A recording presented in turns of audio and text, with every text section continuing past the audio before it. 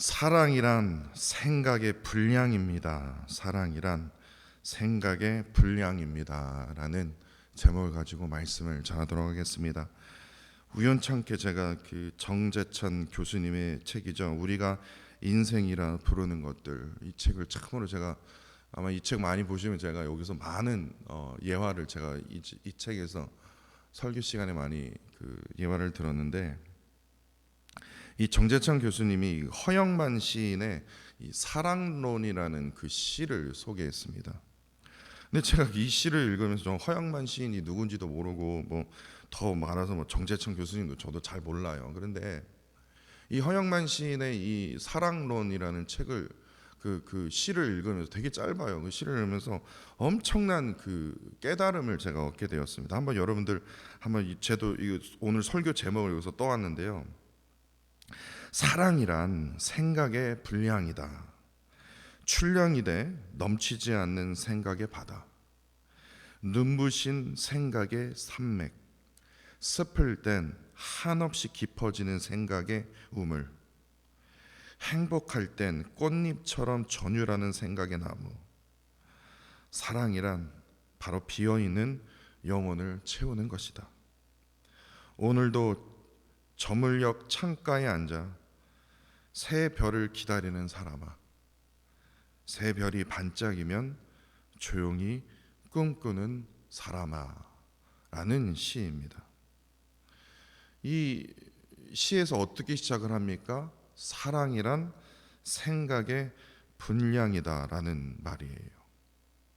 저도 몰랐는데요, 옛날 한국 사람들은 이 사랑하다라는 의미를 이걸 어떻게 이거를 표현을 해야 될지, 옛날 사람들은 무슨 사랑합니다라고 표현하는 사람들이 아니었으니까요. 이 사랑하다, 이게 어떻게 이거를 해석을 해야 될지. 근데 이 사랑하다와 생각하다를 같은 의미로 여겼다고 합니다. 그래서 이 사랑을요, 원래 사랑이 아니라 이 사량이라고 했어요. 사량이요. 옛날 사람들은 사랑을 사랑이라고 했어요. 왜냐? 생각과 사랑이 깊은 관계를 맺고 있다고 생각했기 때문에. 그러니까 사랑은 그냥 단순한 감정이 아니다라는 거예요. 누군가를 깊이 염려하고 마음에 새긴다라는 것의 의미로 우리말 사랑을요, 사량이라고 했다라는 거예요. 그래서 사량하다라는 것은 다시 말해서 마음으로 헤아리다라고 옛날 한국 사람들은 그렇게 해석을 했다고 그래요. 헤아린다라는 말이 무슨 뜻입니까? 잘 아시죠? 사랑하는 상대를 그만큼 귀히 여기는 마음으로 생각한다는 그 마음을 담긴 뜻입니다. 그래서 이 시에서는요, 사랑이랑 생각의 분량이다라는 이 문장은요, 이 사랑의 본질이 무엇인지를 우리에게 깨닫게 해준다라는 거예요. 사랑한다라는 것은요, 그냥 감정으로만 사랑한다라는 것이 아니라 그 사람을 생각한다는 겁니다. 그만큼 생각한다라는 것은 그 사람을 그만큼 사랑한다라는 증거라는 거예요. 그냥 감정에 이끌려서 그냥 뭔가 자연스러운 어떤 상황에 이끌려서 그 사람을 사랑하게 되는 게 아니라 그 사람을 생각하면 생각할수록 더 깊이 생각하면 생각할수록 사랑하게 된다는 마음으로요. 시간이 흘러도요, 여전히 거리가 멀리 떨어져 있어도 그 사람이 계속 생각나기 때문에 자주 그 사람이 떠오른다면, 내 머릿속에 떠오른다면 그것이 무슨 증거입니까? 사랑의 증표라는 거예요. 그런데 이 시에서는요, 사랑의 더 깊은 의미를 가르쳐 준다는 거예요. 사랑은 생각의 분량이다. 그러는데 그 생각이요, 이래요. 사랑은 출렁이 돼 넘치지 않는 생각의 바다라는 거예요. 바다는 넓습니다. 생각의 바다요, 너무나 넓어. 그렇지만 그 바다가요, 출렁이면 안 된다. 출렁여서 넘치면 완전 사람 끝장나는 거예요. 그래서 집 덮지 않습니까? 물이 덮고 그냥 출렁이 돼 넘치지 않아야 돼요. 이게 무슨 말입니까? 바다는 풍성함을 뜻합니다. 풍성합니다. 풍성한 생각으로 품을 수 있어요. 그러나 넘치지 않은 사랑에는 절제가 있어야 된다는 거예요. 그러니까 사랑은 풍성하면서도 뭐예요? 절제를 잃지 않는 상태여야 한다. 그리고 사랑은 또 뭐라고 말합니까? 눈부신 생각의 산맥처럼 견고하고요, 슬플 때는 우물처럼 깊어지며 행복할 때는 꽃잎처럼 전율하는 나무와 같다라고 시인이 표현하지 않습니까? 그리고 맨 마지막에는 사랑은 뭐예요? 비어있는 나의 영혼을 채우는 것이다 라고 시인은 말했다고 해요. 그렇다면 시인은요, 영혼을 무엇으로 채워야 된다고 말하고 있을까요? 그러니까 시인은요, 사랑이란 비어있는 영혼을 사랑하는 대상의 생각으로요, 그 사랑과 함께 나눈 그 생각의 바다, 그 생각의 산맥, 생각의 그 음을 나무로 채우라고 한다라는 거예요. 그리고 나서 저물녘 창가에 앉아서 반짝이는 별을 기다리며 사랑하는 사람의 생각으로 나의 비어있는 영혼을 채우라는 거예요. 이런 의미에서 고린도전서 13장이죠. 사랑장이라고 말하는 이 고린도전서 13장 4절에서 7절 말씀은 사랑에 대해서 이렇게 말합니다. 여러분들 잘 아시는 말씀이죠. 사랑은 오래 참고, 아니 그냥 필링으로, 감정으로 오래 참을 수 있습니다. 나 지금 감정으로, 내가 지금 느낌으로 내가 지금 이거 꽉 참아야 돼. 그럴 수 있냐고요. 사랑은 온유하며 시기하지 아니하며, 시기하지 아니하겠다라는 생각을 가지려면 느낌으로 되냐고요. 사랑은 자랑하지 아니하며 교만하지 아니하며, 자랑하거나 교만하거나 그걸 어떻게 하냐고, 느낌으로 합니까?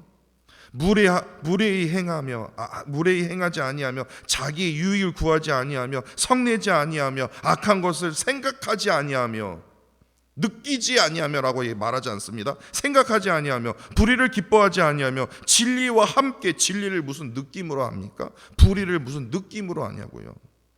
모든 것을 참는데요, 모든 것을 믿는데요, 모든 것을 바라며 모든 것을 견디느니라. 이 구절은 사랑의 이상적인 모습을 그려주고 있지 않습니까? 때로는 우리의 사랑이 참지 못하고, 은유하지 못하고, 교만하고 무례하게 행동하고 자기 유익을 구할 때는 그 이유가 무엇이냐고요.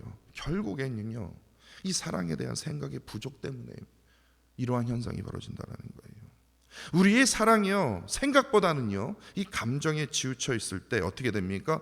출렁이되 넘치지 않는 바다가 되어야 되는데, 파도처럼 넘치는 바다가 되어서요, 사랑이 무분별해집니다. 더 나아가 인간이 절대로 넘지 말아야 할 그 선을 넘게 된다는 거예요. 넘지 말아야 할 그 선을 쓴 책이 바로 저기 그 소설이에요. 이상적인 그 사랑은 감정뿐만 아니라 생각의 그 깊이와 뭐예요? 그 분량을 통해서 이루어진다라는 것을 우리가 꼭 깊이 깨달아야 한다는 거예요. 따라서 사랑이란 뭐예요? 생각의 분량이다라는 말처럼 이 사랑의 그 깊이와 진정성을 가지려면 그만큼 상대방을 향한, 하나님을 향한, 예수님을 향한 이 생각, 다시 말해서 묵상이 필요하다라는 거예요. 말씀의 묵상이 필요하다라는 거예요. 우리가 사랑을 생각하면 생각으로 표현할 수 있는 이유는요, 이 사랑이란 그 사람을 떠올리게 되지 않습니까? 하나님이시라면 이걸 어떻게 했을까? 하나님이시라면 어떤 길을 걸어가셨을까? 하나님이시라면 어떠한 선택을 하셨을까? 그 마음을 헤아리는 그러한 마음의 분량, 즉 마음을 다해서 상대방을 바라보고 상대방을 이해하고자 하는 그 노력에서 비롯되기 때문에 그렇다라는 거예요. 사랑의 그 대상에 대해서 더 깊이 생각하고 그 생각의 분량을 늘릴 때 우리의 사랑은 더욱더 어떻게 합니까? 풍성해질 수 있다는 거예요.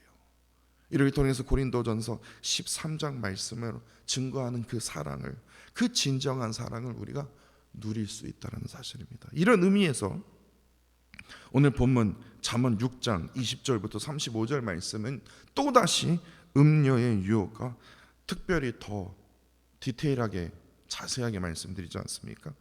간통에 대한 중요한 교훈을 담고 있습니다. 그래서 마음이 무거웠어요. 아니 이걸 꼭 새벽에 이걸 다뤄야 되나? 사실 이 음녀에 대한 훈계는요, 뭐 잠언 전체를 읽어보신 분들은 압니다. 여러 번 다루고 있다라는 거예요. 여러 번 다루면서 하나님께서 주시는 그 지혜를 따르는 삶 속에서 바로 이 성적인 이 타락, 이 음녀에 대한 이 죄악은 반드시 뭐예요? 피해야 된다라는 거예요. 전체 잠언을 살펴보니까 잠언 2장에서도 다뤘고요, 5장에서도 다뤘고, 오늘 본문 6장에서도 다뤘고, 또 다음 시간에 잠언 7장에서 또 나타나고요, 9장에서도 있고요, 22장에도 있고요, 23장에도 있습니다. 계속해서 이 음녀에 대한, 이 성적인 타락에 대한 이러한 메시지가요, 계속해서 반복적으로 등장하고 있다는 겁니다. 왜냐? 이 주제는요, 이 성적인 타락, 음녀의 유혹이 얼마나 우리의 삶 속에서 얼마나 심각한 문제를, 심각한 상태를 우리가 가져다 주기 때문에 그래요. 그렇기 때문에 음녀에 대한 이 훈계는요, 단순히 그냥 윤리적인 경고에 그치는 것이 아니라 하나님께서 주시는 그 지혜의 그 관계 속에서 어떻게 합니까? 반드시요, 꼭 피해야 할 덫이자 장애물로 다루어지고 있다는 겁니다. 특별히 오늘 본문 말씀은요, 이제 두 가지 형태의 성적인 어떤 범죄를 다루고 있는데요, 오늘 본문 24절부터 28절까지는요 음녀와의 성적 관계를 말합니다. 그리고 29절부터 35절까지는 남의 아내와의 성적 관계를 경고하고 있습니다. 근데 여기서 던지고 있는 중요한 포인트가 바로 이겁니다. 하나님의 창조 질서를 파괴하지 말라는 거예요. 이게 되게 어렵게 들리지만 엄청 쉽습니다. 하나님은 남자와 여자를 창조하셨어요. 그렇죠? 남자가 아니라 여자가 아니에요. 남자, 여자. 근데 이거를 어떻게 해요? 이게 창조 질서예요. 가장 기본적인 거예요. 어려운 게 아니에요. 가장 기본적인 거예요. 그리고 남자와 여자를 통해서 한 몸을 이루는 가정을 이루셨어요. 이게 가장 기본적인 거예요. 이게 창조 질서예요. 뭐 다른 걸 제가 말씀 안 드릴게요. 근데 그 남녀의 그 관계를 어떻게 합니까? 세상은 바꿔버려요. 남자가 여자가 되고요, 남자가 뭐 하여튼 뭐 어느 순간에 남자가 됐다가 여자가 됐다가 막 왔다 갔다 자기 필링에 의해서요, 감정에 의해서요. 그러니까 생각을 안 해요. 그리고 나서 결혼하면 어떻게 했습니까? 결혼하면 잘 살면 좋지 않습니까? 한 몸이 아니라 이제 막 두 사람, 세 사람이 돼요. 저기 막 그냥 남의 여자 그냥 건들고. 이게 창조의 질서를 뭐예요? 파괴하지 말라는 거예요. 하나님께서 남녀예요. 한 몸이에요. 한 가정이에요. 두 가정이 아니다라는 거예요. 이 창조의 질서를 뭐예요? 파괴하지 말라는 거예요. 음녀와 남의 그 아내와 부적절한 그 성적 관계는 결국에 왜냐? 너 스스로의 죽음의 길로 이끌 뿐만 아니라 하나님께서 창조하신 이 가정을 파괴하고 나아가 하나님께서 창조하신 세상, 사회적으로요, 이거는 무슨 뭐 이혼율이 높거나 동성애가 많거나 그렇게 되면 어떻게 되겠냐고요. 세상은요, 우리 앞으로 우리 자녀들에게 물려줄 이 사회가 어떻게 되겠냐고요. 세상은요, 심하게 병들 수밖에 없다라는 거예요. 내 느낌이요, 내 감정에 저는 충실하고 싶습니다. 이상하게요, 제가 아내가 있어도 저 딴 여인이 지금 내 감정에 너무나도 이끌리고 있거든요. 그러면 안 된다라는 거예요. 넘지 말아야 할 선이 있어요. 출렁이 돼. 출렁이지 않는 생각의 바다가 바로 사랑이라는 거예요. 그런데 마구 출렁이고 있어요. 근데 출렁이다가 이제 파도처럼 폭풍우처럼 막 내 사랑이 막 감정에 이끌리지 말라는 거예요. 근데 이러한 훈계는요, 매우 중요한 것이기에 오늘 21절에요 이렇게 말합니다. 그것을 항상 내 마음에 새기며 뿐만 아니라 네 목에 매라. 이게 무슨 뜻입니까? 우리는요, 아비의 명령, 어비의 법을 마음에 깊이 새기고 행동에 옮기면서, 목은요 그 당시에 생명을 의미합니다. 생명의 상징인 그 목에 매어 항상, 이거는 정말로 중요한 거다, 꼭 기억하라는 거예요. 그렇다면 더 디테일하게 한번 생각해 볼까요? 무엇을 기억하라는 걸까요? 바로 음녀와 남의 아내와 부적절한 관계입니다. 다시 말해서 올바른 사랑을 하라는 거예요. 마음의 색이라는 거, 그게 무슨 말입니까? 생각 좀 하라는 거예요. 감정으로만 이끌리지 말고 생각을 하라는 거예요. 아까 앞서 말씀드렸듯이 우리가 사랑을 마음에 깊이 새기지 못하고요, 사랑을 항상 기억하고 생각하는 존재로 우리가 사랑을 생각하지 않으면, 존재로 여기지 않는다면 결국에 그 사랑은요, 거짓된, 정말 선을 넘는, 어떻게 돼요? 감정에 휘둘려서요, 잘못된 길로 우리가 걸어갈 수 있다라는 거예요. 근데 지금 우리가 살고 있는 세상은 어떻습니까? 저걸 본문 막 설교 준비하면서, 오늘 본문 말씀 막 준비하면서 왜 하필이면 이 생각이 떠오르지 그랬는데 뭐 어쩔 수 없어요. 제가 본문 말씀 막 묵상하면서요, 3년 전에요, 제가 이 드라마를 딱 한 3편 봤나요? 그래도 다 보지는 못했습니다. 더러워갖고요, 진짜 어떻게 저런 드라마를 만들었냐. 이게 뭐 결혼 작사 이혼 작곡인가요? 제가 그 제목이 막 떠오르지 않아 막 찾아봤어요. 그랬더니 결혼 작사 이혼 작곡이라는 드라마가 있어요. 진짜 정말 이 드라마에 대해서 되게 좋아하시는 분들은요, 죄송합니다. 저는요, 이 드라마가요, 진짜 어떠한 악렬한 드라마, 제일 더럽고 씁쓸한 드라마라고 저는 생각이 들었더라고요. 바람 피면서 뭐라고 하는 말이 뭔지요? 진짜 사랑을 찾았다라는 거예요. 결혼한 몸이에요. 자식 다 있어요. 한 몸을 이루는 가정에서 결국에 남편이 하는 얘기가 나 진짜 사랑 찾았다라는 거예요. 내가 이 여인을 사랑하기 때문에 어쩔 수 없다라는 거예요. 나를 놔둘라라는 거예요. 근데 이게요, 이렇게 드라마를 보면요, 어떻게 이렇게 그러네. 진짜 사랑을 찾았나 보나. 그냥 거기에 쏠리게 된다는 거예요. 진짜 사랑을 찾았대요. 뭔 소리야? 사랑하기 때문에 어쩔 수 없다. 내가 감정에 지금 폭풍우처럼 지금 막 넘치지 말아야 되는데 막 넘치고 있는데 너가 어쩔 거야. 그냥 내 감정에 지금 내가 지금 충실하기 때문에 어쩔 수 없어. 그냥 이혼하자. 가정을요, 무너뜨리고 책임을 회피하면서 사랑에 대한 올바른 생각이 아니라 진짜 추하고 왜곡적인 그 감정에만 막 몰두하고 있는 어떤 그런 드라마를 제가 보았기 때문에 찝찝하다, 더럽다, 그런 생각이 든 거예요. 그들의 행동을 보면요, 이게 진정한 사랑이 아니냐. 세상 사람들은 그렇게 생각할지 몰라도요, 이거는 순간적인 그 감정에 휩쓸려서 사랑 때문에 내가 어쩔 수 없다, 이러한, 이게 변명입니까? 근데 이러한 드라마가 만들어지고 있다라는 거예요. 이는 생각을 동반한 성숙한 사랑이 아니라 진짜 그야말로 더러운 감정에 휘둘려서 충동적으로 반응하는 모습이라는 거예요. 근데 이 이야기는 그냥 드라마에 등장하는 것이 아니라 실제로 우리가 살고 있는 이 세상에서도 지금 하루하루가 다르게 더 깊게 일어나고 있는 일이라는 거예요. 그렇기 때문에 이러한 씁쓸한 드라마가, 가정을 깨트리는 그러한 드라마가 계속해서 드러나고 있는 거 아닙니까? 한 달 전에 잠언 5장 말씀을 나누면서 현대 사회에서 지금 우리가 살고 있는 사회에서 지금 하나님의 이 창조 질서를 무너뜨리는 이 가정의 개념을 5가지로 제가 설명해 드리지 않았습니까?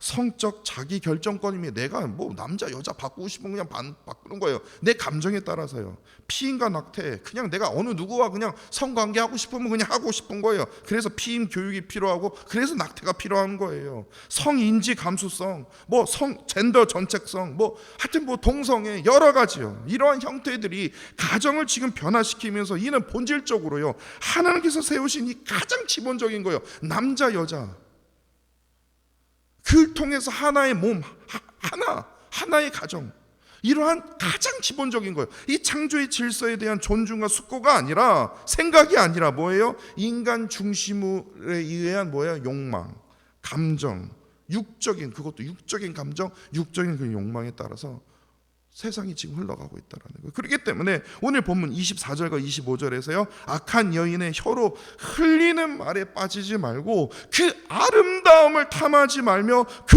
눈꺼풀에 흘리지 말라. 이게 무슨 말입니까?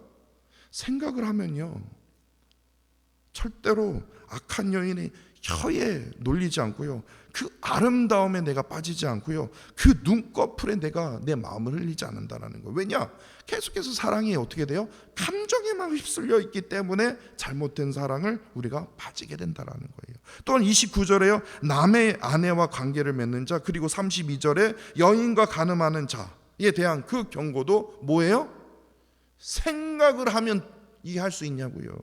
모두 잘못된 감정에 끌린 잘못된 그 사랑을 지적하고 있는 거 아닙니까?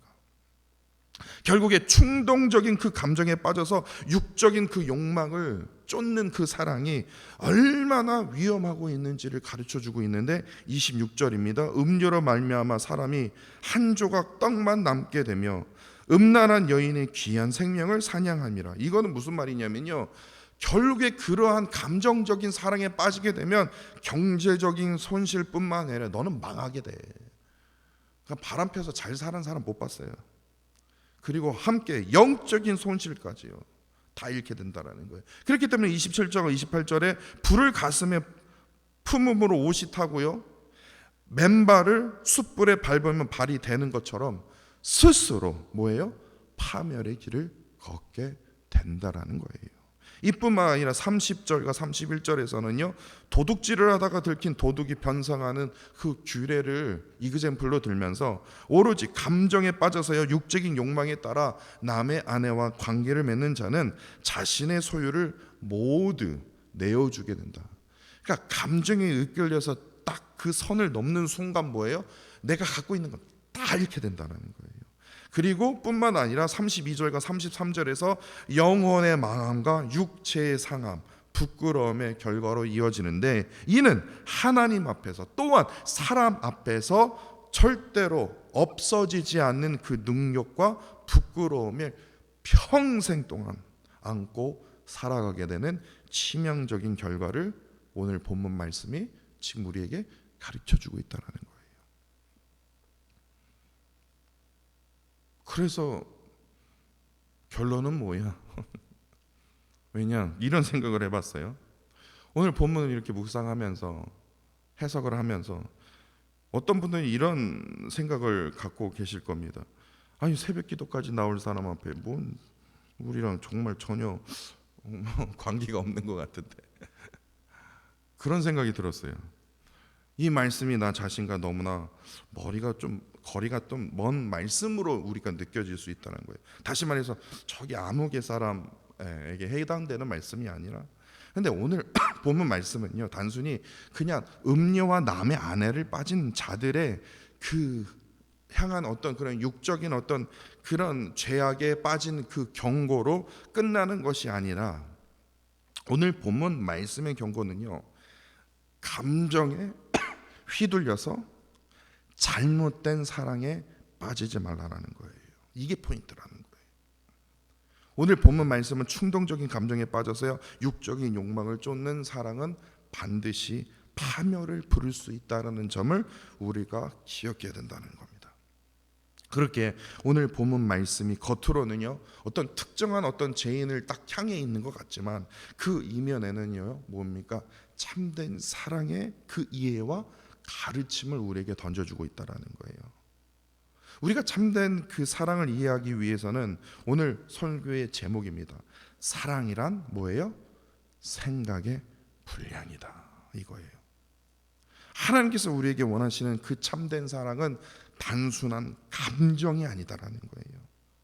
하나님께서 허락하신 그 지혜와 창조 질서를 생각해야 된다라는 거예요. 그 질서 안에서 이루어지는 사랑이라는 거예요. 이러한 사랑은 자신의 감정에 따라 충동적으로 반응하는 것이 아니라 하나님의 말씀 앞에, 하나님의 말씀의 그 기준에, 하나님의 창조 질서의 마음속으로 깊이 헤아리고 뭡니까? 존중하는 데에서 비롯된다는 사실입니다. 이러한 참된 사랑은 다시 한번 말씀드리지만 출렁이 돼 넘치지 않는 생각의 바다와 같다. 즉 하나님의 사랑으로 가득 차 있지만 그 사랑이 뭐예요? 절제와 지혜가 담겨 있는 그 사랑을 말합니다. 자식에게도요, 사랑을 베풀 때 절제와 지혜가 담겨야 된다는 거예요. 이거는 어느 누구에게도 다 해당되는 말 하나다. 하나님께서 주신 그 지혜와 창조 질서를 따르는 그 절제된 사랑만이 참된 사랑이고 우리 모두가 추구해야 할 사랑이다라는 겁니다. 이러한 참된 사랑으로 하나님께서 허락하신 그 아름다운 가정을 세워가는 저와 사랑하는 성도 여러분들이 되시기를 간절히 원합니다. 기도하겠습니다. 오늘 우리에게 주신 말씀을 통해서 진정한 사랑이 무엇인지 깨닫게 하심이 감사를 드립니다. 세상은 사랑을 감정과 욕망으로 여기지만 주님께서는 사랑이 생각의 깊이와 분량 속에서 이루어져야 함을 오늘 본문 말씀을 통해서 가르쳐 주셨습니다. 우리의 마음속에 하나님의 그 창조 질서를 헤아리는 그 지혜를 허락하셔서 감정에 휘둘리지 않고 절제와 진정성을 담아 사랑을 실천하는 삶을 살아가게 하여 주옵소서.